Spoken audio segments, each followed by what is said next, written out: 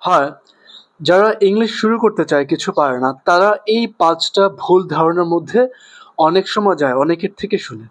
১ম টা হচ্ছে যে ১ মাস, ২ মাস, ৩ মাস এই ১, ২, ৩ মাসে আপনি ফ্লুয়েন্টলি নেটিভদের মতন ইংলিশ কথা বলবেন। এটা খুবই একটা মিথ্যা কথা, ভুল ধারণা। ১, ২, ৩ মাসে আপনি ফ্লুয়েন্টলি কথা বলতে পারবেন না। Genuinely not possible, close to impossible.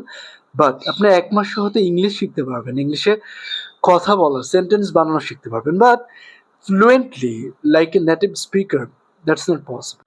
২ নম্বর যেটা হচ্ছে সেটা হচ্ছে যে আমরা অনেক সময় একেবারে বড়লোক টাইপের vocabulary শিখতে চাই, মানে অ্যাডভান্স, যেটা কোনো প্রয়োজন নাই শুরুর দিকে। আপনাকে ১ম এ সেন্টেন্স বানানো শিখতে হবে। যেরকম give me a water, like আমাকে পানি দাও, give me a glass of water. আপনাকে এটা শিখতে হবে না যে ডিসঅ্যাপয়েন্টমেন্ট, আমি যে হতাশ, এটার ৫টা সিনোনিম কি? দরকার নেই। আপনি সেন্টেন্স বানানো শিখেন। ৩ নাম্বারটা হচ্ছে যে অ্যাকসেন্টে ফোকাস করা। অ্যাকসেন্ট মানে কি? যে আমরা যেভাবে কথা বলি, অনেকে বলে না ব্রিটিশ অ্যাকসেন্ট, আমেরিকান অ্যাকসেন্ট।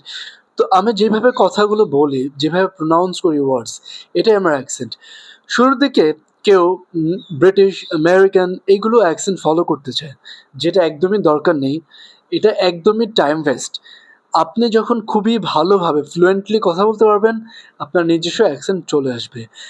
শুরুর দিকে আপনার অ্যাকসেন্টে ফোকাস করার দরকার নেই, বরং আপনি শিখেন সেন্টেন্স কিভাবে বানাতে হয়। আপনি যে অফিসে যাচ্ছেন, স্কুলে যাচ্ছেন, এটা ইংলিশে কিভাবে বলতে হয়, দ্যাটস মোর ইম্পর্ট্যান্ট। ৪ নম্বরটা হচ্ছে ফরেন মুভি দেখা ইংলিশ শেখার জন্য। এখন অনেকে আমাকে বলতে পারে যে, "ভাই সবাই তো বলে মুভি দেখো ইংলিশ, ইংলিশ শিখতে পারবা।" কিন্তু না, আপনার হাতে যদি সময় কম হয়, আপনার ইংলিশ মুভি দেখার কোনো প্রয়োজন নেই।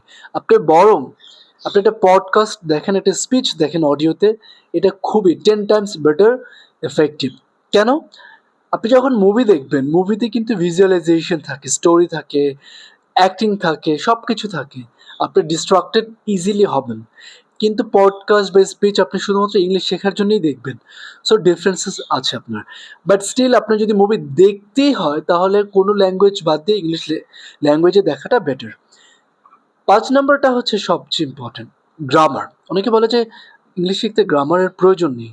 আবার অনেকে বলে গ্রামার ছাড়া ইংলিশ শেখা যায় না। আপনি যদি শুরুতে শেখেন, বিগিনার্স হন, আপনার জন্য কি ইম্পর্টেন্ট?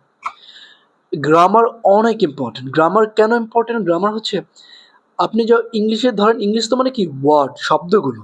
আর গ্রামার কি করে? শব্দগুলোকে সাজায়। আপনি ধরেন যে এখন ফুচকা খাচ্ছেন। এই ফুচকা খাওয়াটা আপনার জন্য অনেক ইম্পর্টেন্ট বলাটা, যে আপনি কাউকে, আপনার বস জিজ্ঞেস করতেছে, "কি